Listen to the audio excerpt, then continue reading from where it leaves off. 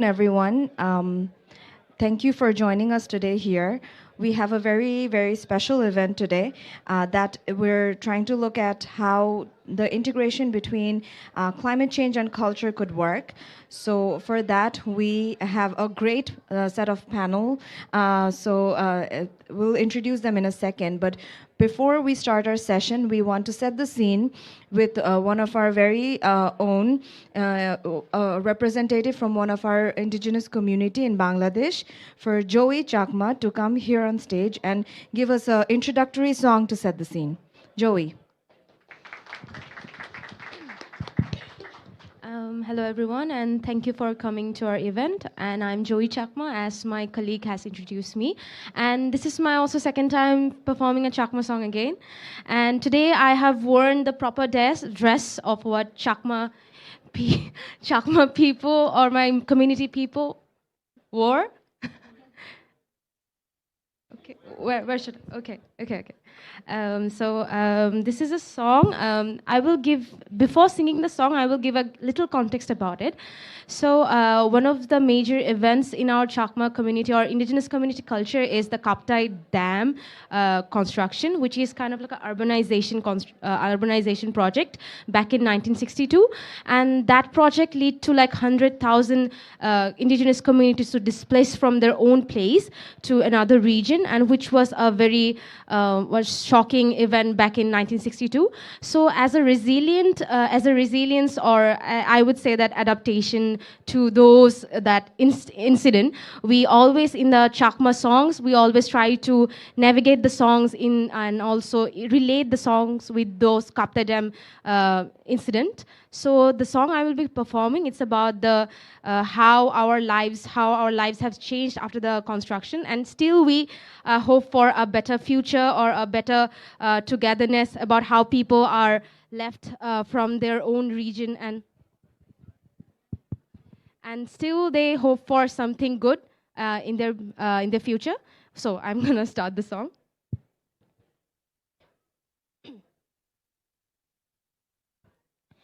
Gaso fagundi zunan zekeo de idot korich more thamono sinduko thoge sale thoge febe gaso fagundi zunan zekeo de idot korich more thamono sinduko thoge sale thoge febe Ekuri bazan aku hautani azize goy bek tulani solil rai hada ito tuteni dalasano ki hanut basini thamono sinduko thoge sale thoge febe ইচ্ছে তুই হুদু আউগছি জানি নদে গংথরে গদা নুই দরি ইচ্ছে তুই হুদু আউগছি জানি নদে গংথরে গদা নুই দরি মগে পূর্ণিমা রেতো মেলে আদো তোরে মন Hiang ochete sekirang mata elo hautok tu lazize koi bek tulani thamono sinduko thoge sale thoge febe gazo fagundi zonan zeke ude idot korich more thamono sinduko thoge sale thoge febe. Thank you.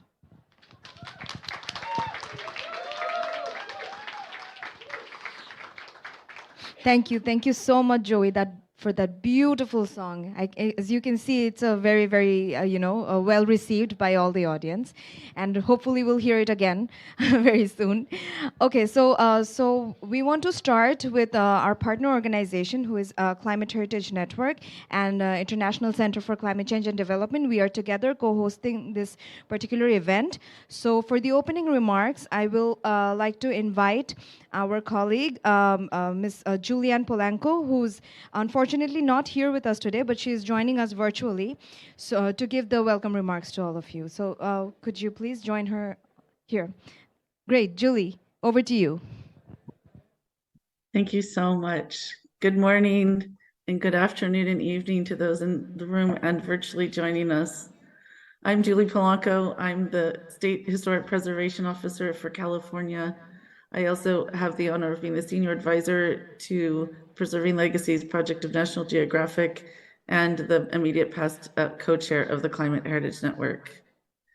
Climate change is the fastest growing threat to historic sites and the greatest danger to our planet's most spectacular cultural and natural heritage. 1 in 3 natural sites and 1 in 6 cultural heritage sites are threatened by climate change and floods, droughts, and sea level rise. To safeguard cultural heritage, there is an urgent need to equip communities worldwide with the tools to accurately anticipate worsening and future climate impacts and empower them to use indigenous and scientific knowledge to support adaptation, action plan, and to plan for unavoidable loss and damage. Cultural heritage, the arts, have unparalleled capacity to also enable change. The world's diverse cultures touch everyone, everywhere, encompassing the full range of voices, perspectives, and tools to communicate urgency, mobilize action, and champion sustainable and just-led ways of living. Culture inspires action. By harnessing the power of diverse cultures and ways of knowing, storytelling, the arts, tangible and intangible heritage, we can guide and scale action to create the changes needed to meet the climate emergency before us. Culture-based climate action promotes local solutions to universal problems, filling gaps in current climate planning through strategies that are inclusive, right-based, place-specific, demand-side, and people-centered within a framework that recognizes the interdependence of all living things. We are honored today to have a panel of esteemed colleagues who will share the stories of frontline communities that highlight non-economic losses from climate change, emphasizing cultural heritage and indigenous knowledge. They will showcase innovative approaches such as cultural heritage vulnerability frameworks and community-led training to address the climate urgency in ways that are bottom-up and people-centered. By co-creating solutions together, we are not only learning from our past, but we are informing our present. We are building capacity for our communities and future stewards. Our young singer that we just heard was Joey Chakma, a professional working as a youth representative at ICAD. She comes from the Chakma indigenous community of Bangladesh. She worked as an intern at WaterAid in Bangladesh, has a graduate degree in chemical engineering from Bangladesh University of Engineering and Technology, and is currently doing her master's work in environmental science at North South University. We also have with us Salvio Russo. He's a program coordinator for ICAD. And before joining ICAD, he served as a researcher at the BRAC James P. Grant School of Public Health and at the International Center for Diarrheal Disease Research in Bangladesh. He has a master's in disaster management from the University of Dhaka and is pursuing a second master's in climate change and development from the Independent University, Bangladesh. He has completed his Bachelor's of Science degree, majoring in environmental science and environmental management with a minor in population environment from UIB. Haifa Abdalhim holds a master's degree in heritage, tourism, management, and development. She is an independent heritage specialist with over 18 years of experience. Currently, Haifa serves as a climate heritage expert, leading projects in Jordan, assessing the climate impacts on heritage sites. With substantial tenure at IUCN, she has been pivotal in the success of the IUCN Tabe program, showcasing her expertise in natural world heritage. Rosie Paul is a co-founder of Masons Ink Studio, a people-oriented design and construction firm specializing along 3 verticals: sustainability, heritage, conservation, and social architecture based in India. She heads the built environment team for the firm, aimed at reducing carbon footprint and building capacity in alternative technologies. She has a postmaster's degree from Earth and Architecture, Local Building Cultures and Sustainable Habitat from CRA Terra, France, and is the UNESCO Chair for Earth and Architecture. She has also been involved in several projects executed using earthen technologies. Rosie is also a consultant with several national and international organizations on sustainable development and habitat, and she is currently the issue lead for women and gender with the Climate Heritage Network. Adrian Martinez is the director and founder of La Ruta Clima. He is a researcher at the University of Eastern Finland, has a master's in environmental development and peace, and as a researcher on public participation, loss and damage, and international climate law. Sumaya Salim has completed her graduate and post-graduation in environmental science. She is a researcher with ICAD, coordinating gender and the climate change program. She has experience working in loss and damage, mitigation, livability, and resilience. And finally, we have Nusrat Nashin. She is a research officer and coordinator of the loss and damage program at ICAD. Her research interest lies in loss and damage, climate negotiations, locally led adaptation, advocacy, and storytelling. She holds a bachelor's degree in economics from the University of Copenhagen. It's an amazing panel. You're going to hear some really great stories. I'm so thankful you're here. And with that, I will turn the floor over to Savio. Thank you. Hello. Oh, sorry for that. Thank you, Julie, for the introduction. And I'm Savio, and I'm working as a program coordinator at the International Center for Climate Change and Development. So today, the topic that I'll be focusing on is on a village common forest. So I'll take you to all the way to the southeastern part of my country, Bangladesh, where there are more than 14 indigenous communities living together in peace and harmony. So before I start my talk, I would like to ask you to have a look at the screen. I hope the presentation is there already.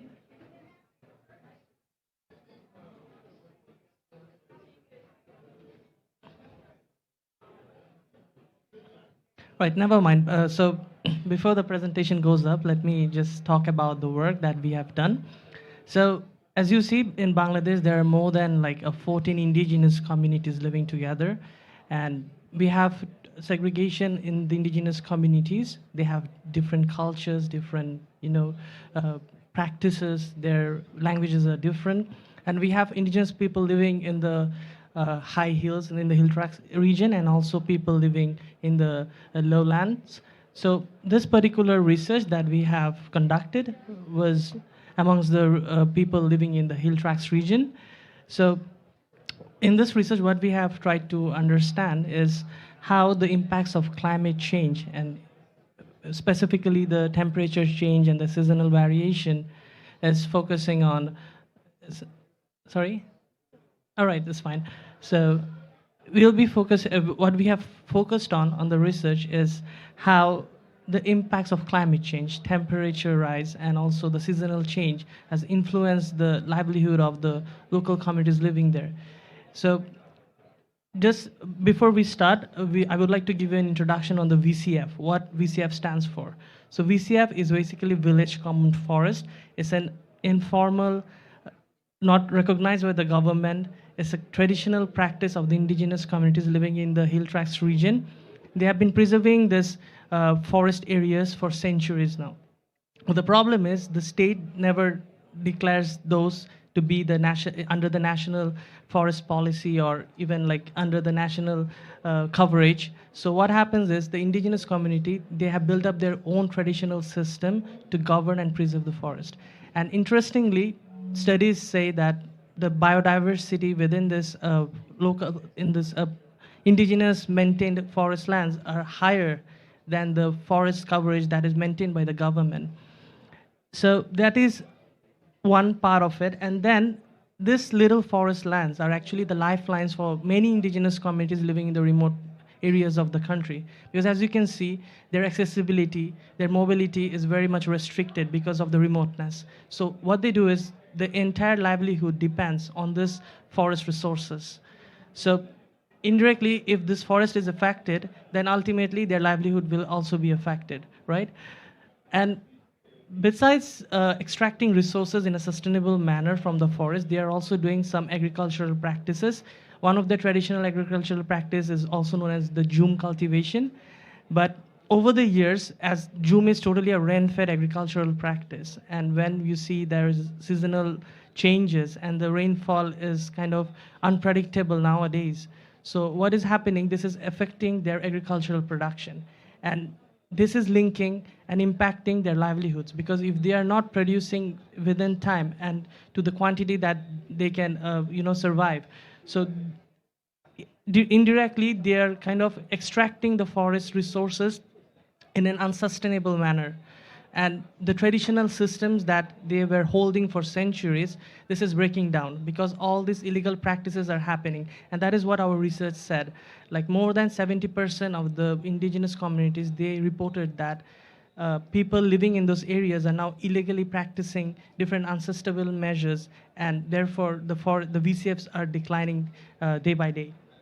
So the problem that we have seen, the only way to, bring this under consideration is the government needs to be more proactive, and first of all, they need to recognize their traditional practices, and this needs to be legalized and mainstream.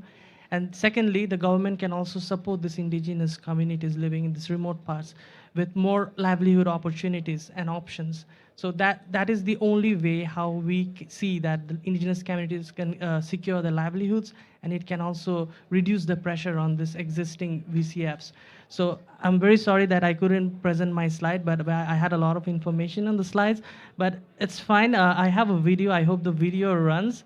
So you'll be having to see a lot of things from this video. So this is a video that we documented during one of our field work. So hope you'll enjoy this. Thank you. Can we play the video, please? The indigenous people govern 11% of the world's forest and support 80% of global biodiversity. They also play a vital role in climate change mitigation by safeguarding the forest lands and managing at least 17% of carbon stored in global forest lands.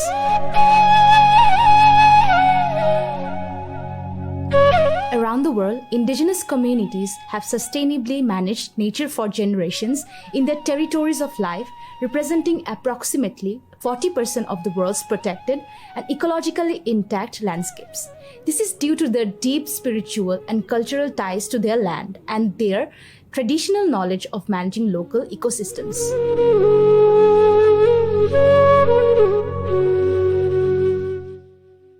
Besides safeguarding the forest, the indigenous communities promote sustainable use of forest resources, reducing deforestation rate, and introducing climate-smart agricultural practices.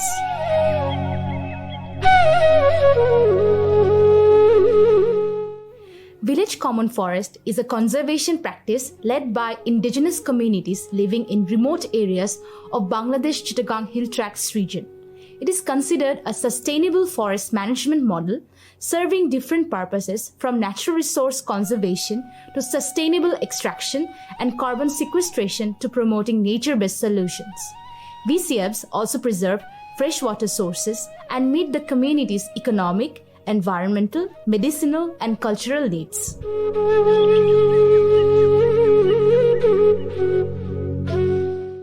Studies found abundant rare flora and fauna species in the VCFs compared to government-owned reserve forests. Within an area of only 20 hectares, 148 flora species were identified in a VCF, indicating the richness of biodiversity.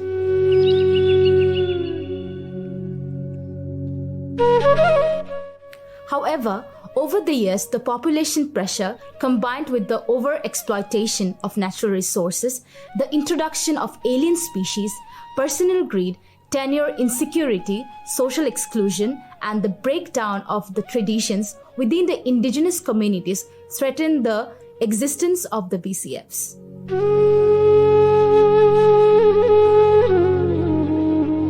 The The impacts of climate change are now quite evident in the hill regions, which also excavates the social challenges.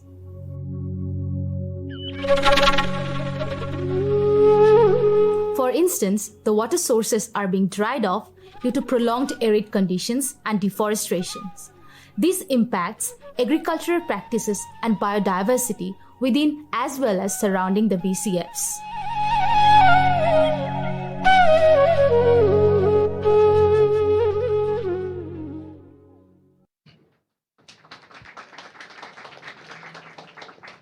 I think that explains a lot, and I missed out a lot of things on the presentation, but it's fine. So here, as you can see, that the government needs to play a vital role, and the VCFs itself, it's endangered now. So it is the high time, I would say, like we should take this under consideration. So I would like to stop there, and I would like to pass it to our next speaker. Thank you.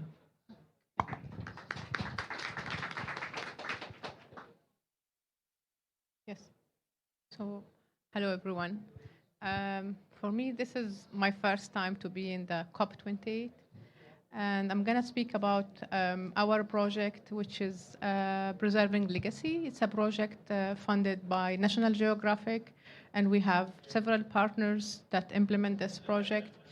We have the government partner, which is Petra Development and Tourism Region Authority, Petra National Trust, where I actually work with. It's an NGO, and Climate Heritage Network, and ICOMOS, the International Council for Monument and Sites. Next, please. Next slide, please. So, yeah. The project is actually mainly, we were trying to understand how the climate change impact the heritage site, specifically the Petra World Heritage Site. Petra is a World Heritage Site described in 1985. It's a sandstone carved site. The total area is around 230 square kilometers. It's quite large as an archaeological site. And it's also fragile, very fragile, as it's been engraved in the sandstone. The site was also famous. It was inscribed actually as a human geniusity and creativity, how they managed to have a huge civilization in the middle of like a very arid area, how they managed the water resources inside the site and do agriculture and flourish. And it is the only Arab kingdom at that era. So we were trying, because lately the evidences of like having impact of climate change is increasing. We have more floods. We used to have floods there, but it's became more frequent, more stronger, and have more impact. So the project came from that idea, how really we need to understand what is the issue and how we can respond. So the project was based on like three main pillars. First, we need to understand what are the values in there, not only the heritage values, the World Heritage values, but also to understand what is the values for the local community and how they appreciate the site, how they value the site, because they used to live inside the site, but now they are live around it and highly dependent on the site.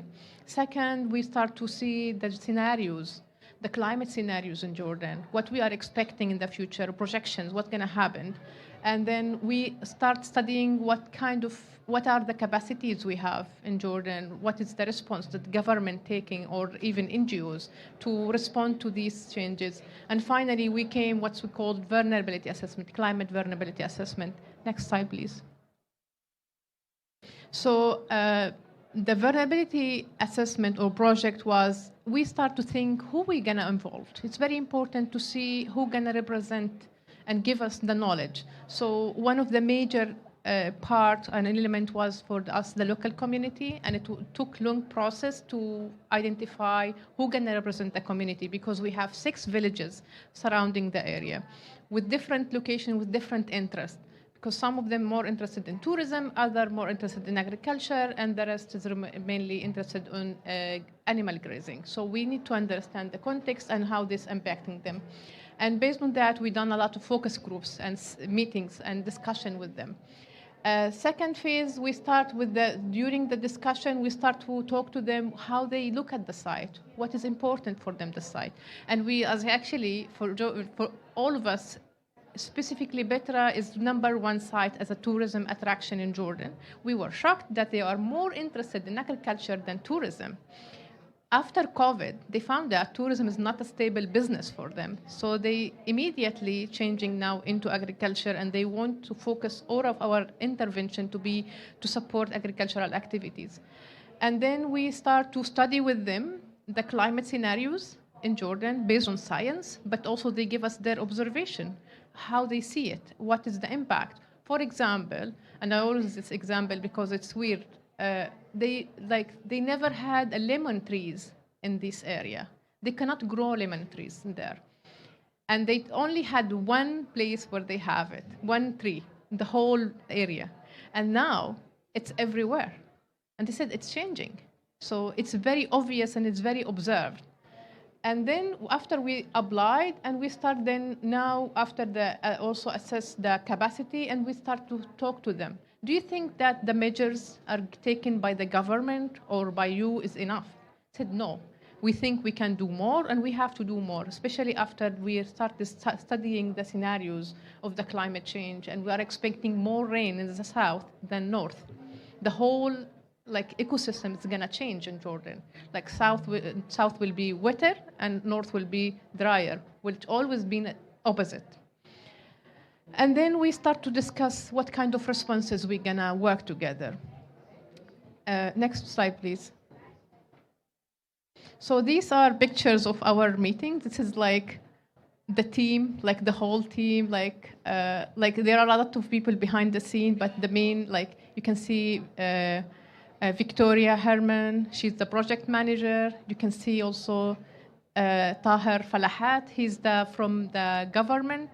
And Will Megari, he's from Ecomos International. He was the main, let's say, brain behind all these assessments for us. This is me, and we have also an expert from the local, Majid Al-Hassanat.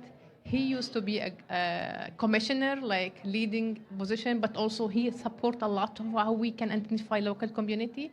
And honestly, we need to build trust. Local community doesn't trust anybody anymore. They have this issue. And he helped us to get their trust, to gain their trust, so they can share their knowledge, share their observation. And you can see they are very active. And next slide, please. So these are the tables we work together on these. They were writing, identifying. The first one, you can see the values, and they were identifying the values. And now I can say that they are heritage expert now. They can identify values, attributes, and all these things, which is very unique for us. And we could, at the beginning, we thought that it will take more time. It's actually, they grasped the idea very fast. And then we start at last one, the last third one, it was talking about how we assess the impact of climate change on values. And they give us a lot of things and their observation. They start to see that some of the engraves, it's actually they are losing its game fader and is not that strong as before. They give us pictures. This is the knowledge. The community, they have more knowledge than we can think. Because they always there, they observe the change, and this is what we really need to hear from them. Next slide, please. So, I have my insight from the project. The first thing that we really need to have effective communication, otherwise we cannot reach to anywhere. And it was very hard at the beginning to bring the government, local community, business developer all together at the same table. So we had to have different meetings between each group alone to hear and to listen to all of them and to allow them to share their concerns. And then eventually we brought them all together to discuss the results of these discussions. Local community, as I said, they have more profound and comprehensive understanding and knowledge about what's really happening in there. And local community, they can perceive, and it's actually it's how we talk to them. It's not we just give them, it's how we talk to them, because they get it. But honestly, as a heritage expert, we always use a lot of scientific jargon. It's very hard for them to grasp. And they don't see the difference between culture and nature. For them, everything is important. So this is also, we need to understand from their point of view how things moving. And I think local knowledge can provide a solution. This is very also important to consider. And one of the things over my like long year of experience of working with the local communities, we need to respect each community member role. We should not intervene in that. We should not like change these roles based what we think is important, but also to keep this, allow them to respect it and allow them to use and continue and build up on their roles. And yeah, thank you. So yeah, now I move to my colleague Rosie Bal. She's gonna talk about women-led traditional building training in India. Thank you, Haifa. Hello, everyone. I'm Rosie Paul. I'm principal architect and co-founder of Masons Inc. Studio. We are people-oriented architecture practice based out of India. And we have 3 verticals: sustainability, heritage conservation, and social architecture. The last few years, we've also been trying to bring about gender representation in the construction sector, especially focused on women and the training and capacity building of women. So today I'll be speaking about a very special project of ours, hoping that some of the women back in India are also at least watching this from there. I'll start with a short video. I'm hoping it plays.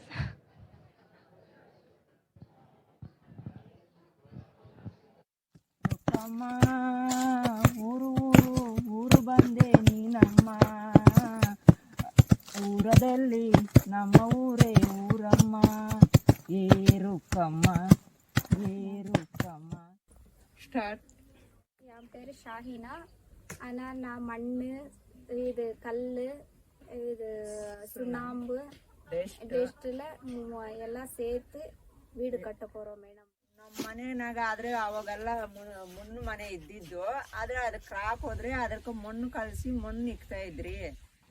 எழுப்பு போத்தோணுமா, ஆனால் மேஸ்திரி எப்படா பண்ணுறாங்களான்னு பார்த்துட்டு அப்படியே இப்போ அந்த வேலையை பார்க்கலான்னு ட்ரை பண்ணிட்டாக்கம்மா. ஒரு நாள் அவங்க ட்ரைனிங் கொடுத்தாங்க, மறுபடியும் நாள் 3-4 நாள் நாங்களே செஞ்சோம். இல்லைங்க நாள முடியாது எதுவும் இல்லை, செய்யலான்னுட்டு அது ஒரு மனசில் இருந்தால் அதை செஞ்சிடும்.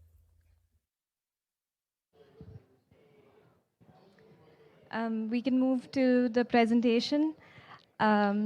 So when it comes to this project, we try to bring about a difference and question the norm at every single phase and step of construction, starting with the materials that are so commonly used these days, like cement and other high carbon materials, looking at how we can go into looking at alternatives at every phase, and with knowledge sharing and talking to others and research, finding simple solutions and replacements for the so-called favorite material that most architects and construction sites use. Next slide. So just a little context here when it comes to these women on site. So unlike a lot of countries, in India we do have women on construction sites. But unfortunately, they remain just the labor force who carry the heavy materials and everything, but they never get trained to become masons. So it just means that they never get the money that they would have if they actually get trained to become masons, and they get very minimal pay when it comes to just being a helper. So with this project, thanks to our wonderful client, right from the get-go, we were clear that we're going to make a difference, and we're going to try hard to change this rhetoric.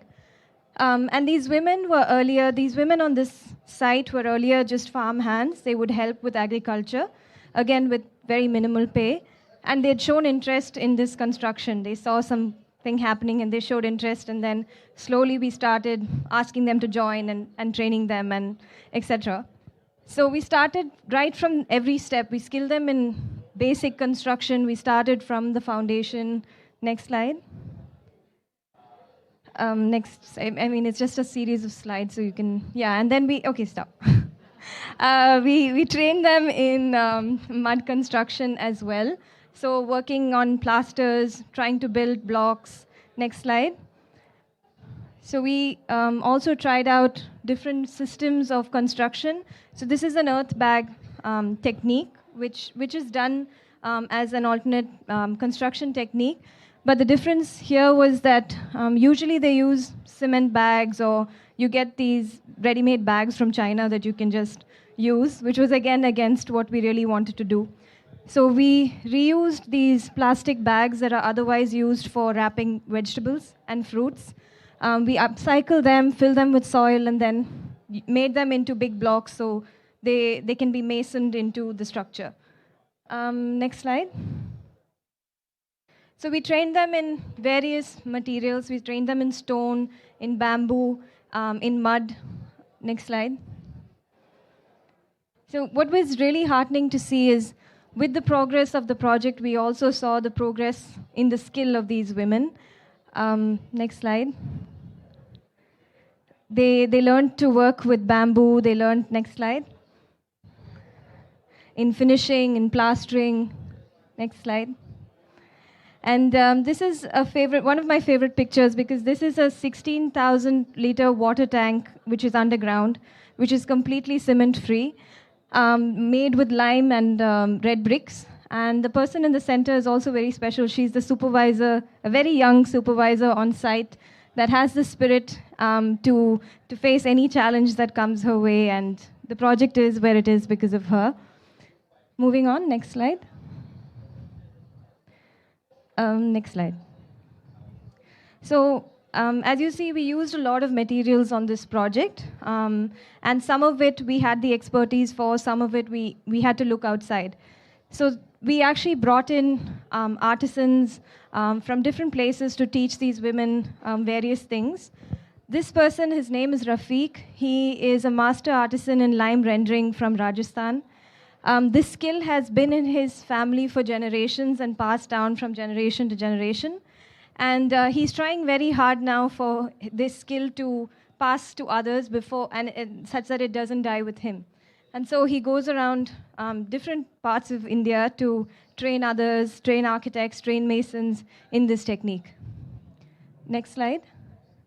It was also interesting to see he had very specific tools that his grandfather used to use, that he made sure that we got them fashioned and used the same tools so it was as authentic as possible. Next slide. So these are some of the finishes that we learned from him, including us and the women on site and the public, because we opened up the site for others as well to come and learn. Next slide.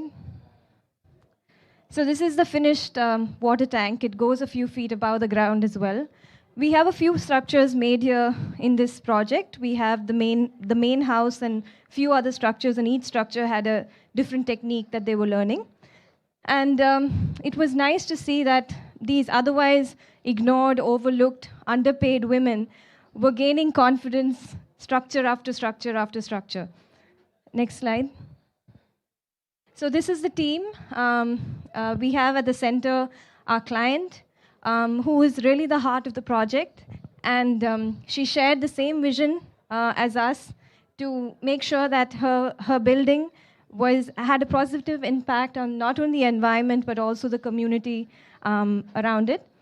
And this site, we also open it out to a lot of volunteers from different parts of the world, so they can come and learn and see if the similar model can be incorporated into their context.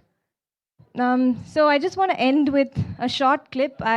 Maybe we could reduce the volume a bit before it plays. It just shows like the behind the scenes of how much fun these women actually have, and there's a lot of joy and happiness on site, which is not normally how a construction site is like or is imagined. So I'll end with this video.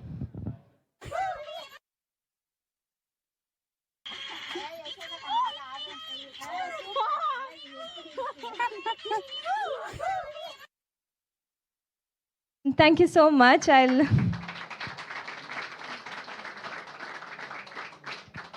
just thanking everyone for giving these women a voice and these women an opportunity to show themselves on this world platform. Thank you. I now send the mic to Adrian Martinez. Thank you.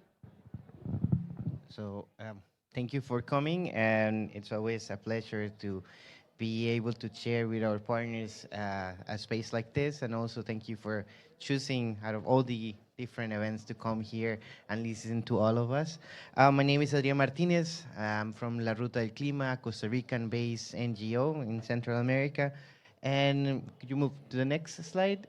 When we talk about loss and damage for us, and it's always very important to conceptualize that it's not something that happens one time. It is a fact that is transforming how societies, communities interact with their ecosystem. And that interaction, economical, spiritual, cultural interaction, defines who we are. And the ability to be in the territory defines the identity of a community. And that is changing. And that change has very negative effects that will be transferred generations forward. And that's something that we have to keep in mind. Next one. And from this perspective, at least in La Ruta del Clima, we choose a pedagogy of resistance, of proposing what do we understand that loss and damage is and who's responsible, and not just only receiving what, for example, ad hoc parties decide that loss and damage is or is worthy of defining it. And that is something that we always keep in mind when we talk with communities, the idea of justice, the idea of reparations, and the idea that this is a condition that is imposed to communities that have very little responsibility on it, and that is not something that is inherent to us.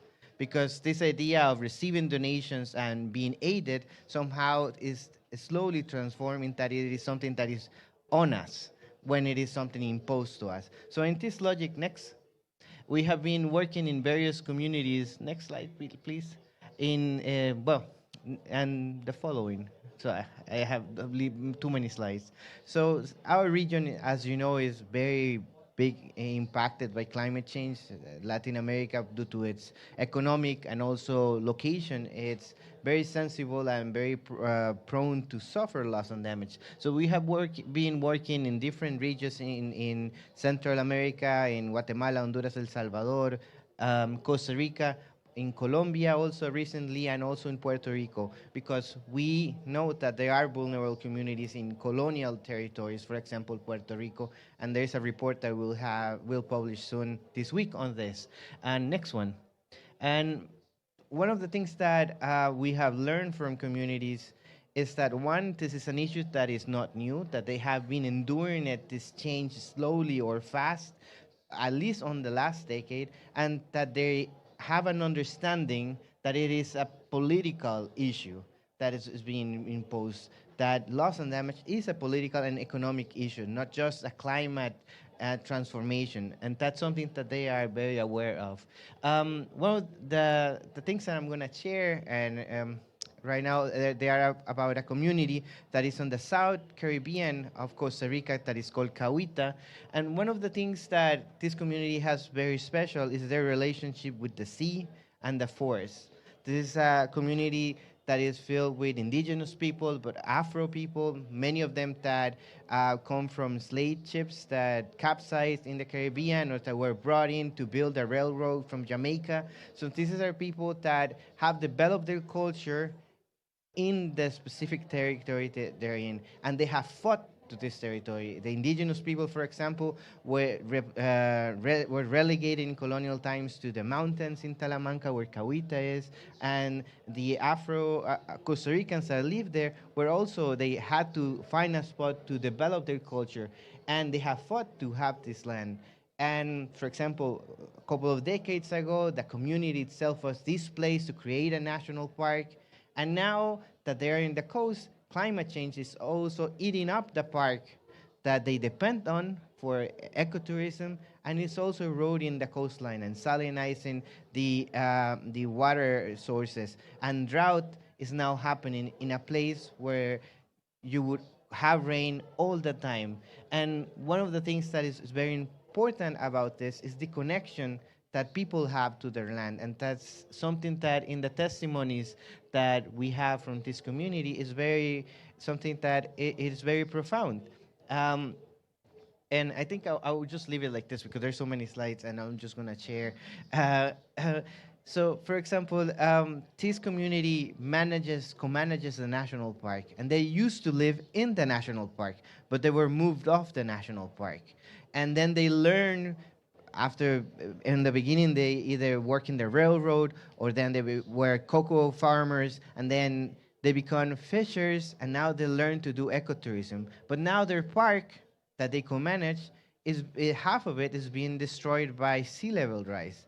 So, and the coral reef that they depend to do tourism on is being bleached. At least 80% of it is disappearing. So this idea of maintaining their ability to have an economic livelihood that is dignified in their land due to climate change is put in peril. And what happens when what that impacts a people?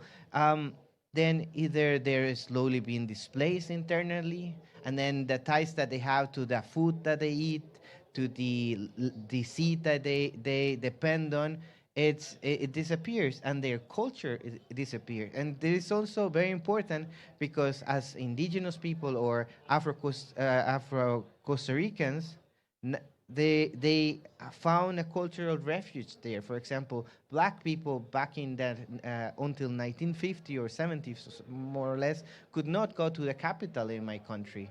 So the whole culture, either because of their ethnic background, developed there and found a root there. And it is one of the most beautiful relationships between ecosystem and people. And that is something that is being eroded by climate change and loss and damage. So for us, when we are trying to explore these case studies, this is something we want to highlight, that it is beyond just building a house. It is beyond just, for example, in Panama recently, an indigenous people from an island were moved inland. And the whole change that can happen and how culture is affected is very heavily.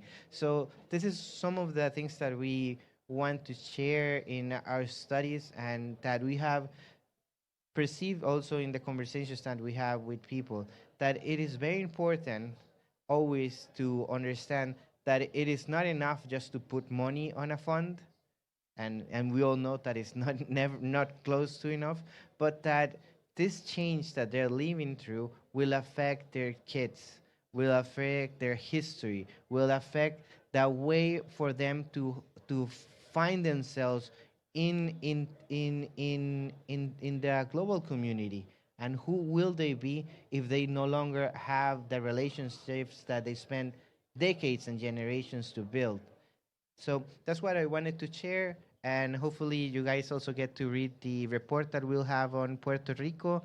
There's a lot to learn about the intervention of privatization after extreme weather events, and how also the colonial territory and the identity and the gentrification that comes due to it erodes the cultural heritage of a people, and how is that also part of the loss and damage discussion. Thank you. Hello, everyone. I will just echo all of my colleagues' statements. Those are already talked about.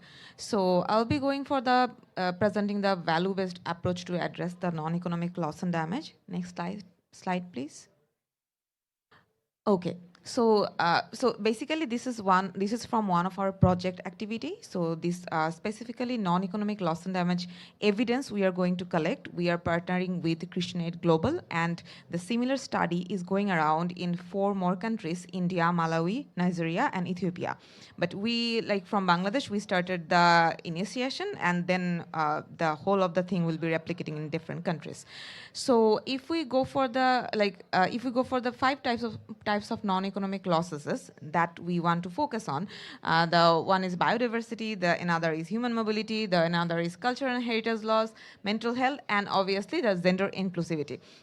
So I'll not be going to get you with boredom for describing all of the things together. So I'll be focusing on the culture and heritage laws in this specific segment. Next slide, please. So as like we are focusing on Bangladesh, so I just give you a small description of where we are focusing on which area. So as like in most of the cases, the southern part of Bangladesh is already focused for losses and damages. So we kept two study area from those places, from Borishal, and then we wanted to spread the whole study around the Bangladesh. So we then tried to keep two of the case study area from northern side too. So these are from Kurigram. So from Borishal Shodor and Mehendiganj, these two sub-districts, and from Kurigram, Roumari and Rajipur, these two sub-districts we are trying to cover and starting the pilot. So as like we know that non-economic loss and damage is actually nothing about what we can measure, but as we are doing the study, so we have to keep some numbers. So we kept around 48 key informant interviews with 6 focus group discussion, as well as 600 like survey questionnaire thing. Next slide, please.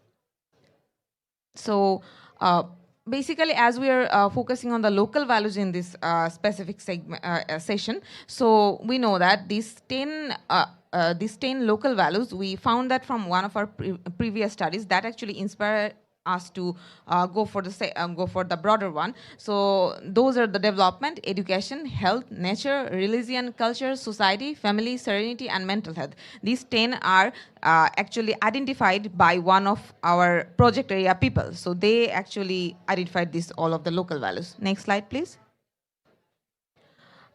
So if we go for the some context, values, impact, and addressing kind of segmentation of my presentation, so why we are doing this? What is our aim? So we want to gain a better understanding of local perception of climate change and what is the meaning of non-economic loss and damage to them, because we know that loss and damage, economic loss and damage, we can calculate that. So it's easier to say that I have lost 100 taka, but it's not easier when I can say that, okay, we can't actually manage the flower that we want to offer for our puja or specific religious ceremony. So we wanted to focus on that. So that actually includes all of the things: biodiversity and ecosystem, mental health, culture and indigenous knowledge, gender and inclusion, and also like human mobility. So as like I have shared the 5 types of non-economic loss and damage, and then again for the culture too, these 5 are again coming in the discussion. Next slide, please. So if we go for some very brief numbering thing, so the reasons of vulnerability that the study area people have identified is the flood-prone area, drought-prone areas, erosion-prone area, low-lying land, and salinity intrusion, and some others too. And when we ask that, do you consider this area as vulnerable, for the context that the southern part and northern part of Bangladesh are not similar at all. But when you are asking them the question, do you consider this area as vulnerable one, following the disaster proneness, then they say that yes. So you are saying that, seeing that 99% people actually acknowledge that, yes, we think this area as vulnerable. And the frequency is also, you are seeing that the frequency is more into the yes answer. So yeah, next slide, please. So this is like a very a portrayal of the southern part of Bangladesh. So residents having to move further inland due to the seasonal erosion event now in Bangladesh. So it's not only now the gradual erosion, it's become the seasonal erosion, and people need to move in every monsoon season. Next slide, please. Okay, so when I come to describe something about the values, so find out what people value most in life. So we know that what losses and damages to assess and how we can reach to the actual research questions. So the search will be how the effects are resulting loss of traditions, cultural heritage, of increasing difficulties to deal with climate change, as well as the weakened social cohesion as people lost touch with the traditional ways of life. So this is not only the economical thing, this is actually focused on the non-economic loss and damage. And also I want to give you some context about the whole study, that before going to the non-economic loss and damage idea, as we are doing this study in very peripheral level in Bangladesh, so we actually first had to do the capacity building of themselves to make them understand what is non-economic loss and damage, and how they can portray or how they can describe about that from their context. Next slide, please. And when we ask that, have you or someone you know experienced non-economic losses in any of the following areas after after making them the understand of the non-economic loss and damage idea, then people were mentioning about different things. So loss of social cohesion is one of them, loss of cultural heritage is one of them, loss of biodiversity and ecosystem is one of them, displacement and migration is one of them, and health impacts are one of them. So the total number you are seeing, it's actually as like the total number of people were 600. So the health impacts is one of the most important and most mentioned thing among the answers. Next slide, please. And specific losses to be mentioned when the people, when we asked people to mention about something specific, then they told us the losses of lives of family members due to different kinds of climate-induced disasters, losses of living spaces like boats of the floating community. When we studied in Borishal region, there we studied on a specific community who actually are floating, and they are named as Manta community. So they float all around the year as they don't have any place to live. And then they told about the mental pressure, they told about the displacement and migration, and also especially for the floating community during the dry season, as like they live in the boat, so there are more chances to the fire incident. So those are also like mentioned by them. Next slide, please. And when it comes to the impact of the study, then we want to actually examine the people's experience on the non-economic loss and damage, as non-economic loss and damage is not what we can actually impose or idea.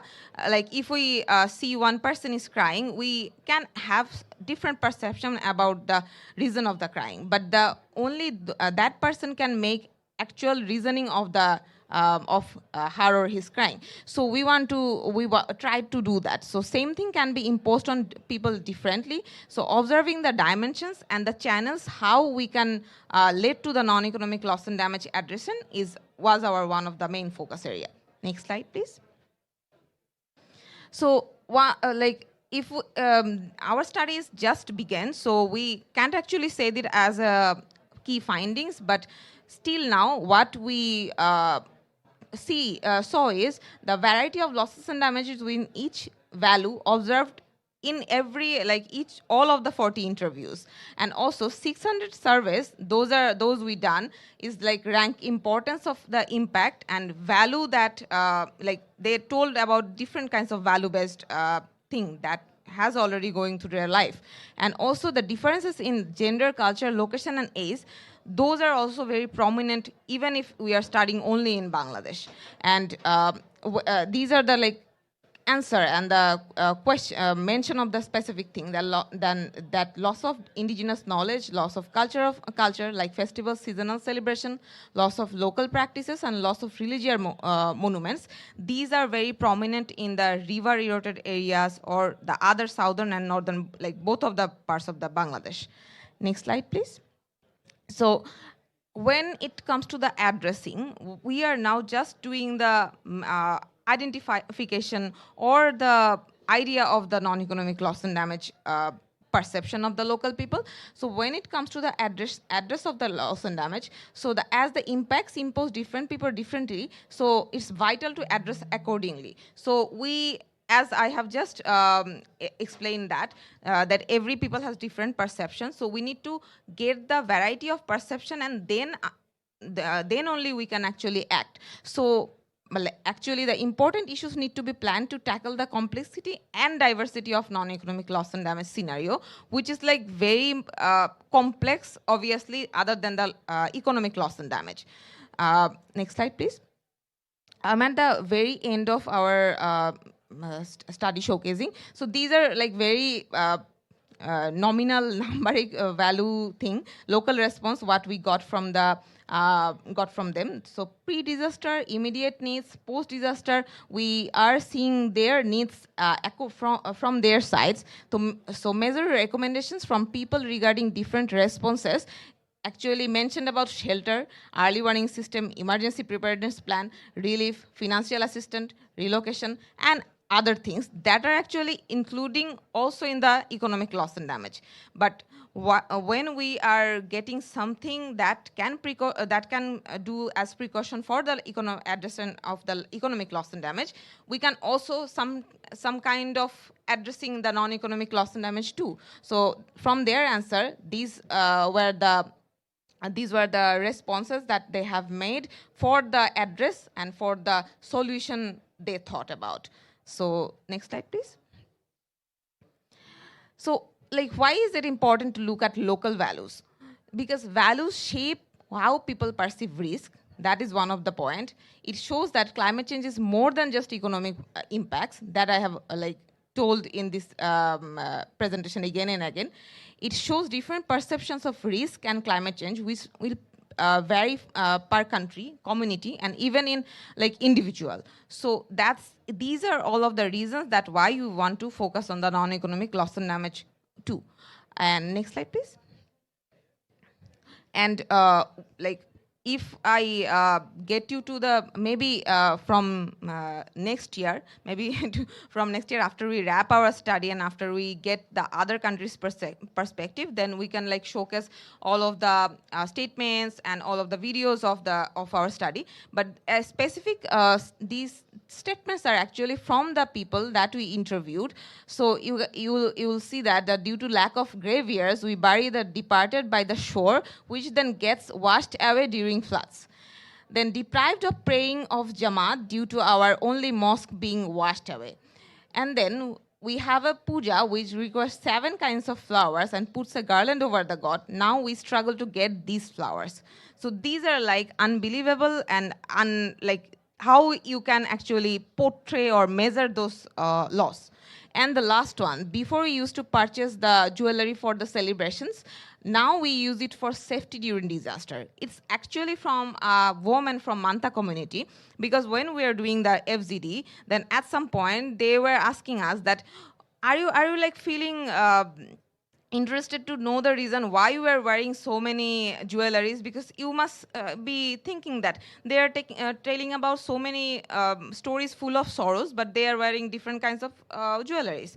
And then we then asked that why you are wearing so many jewelries. So they told us that as they kind of live on daily basis earning, so it will be kind of a security thing for them.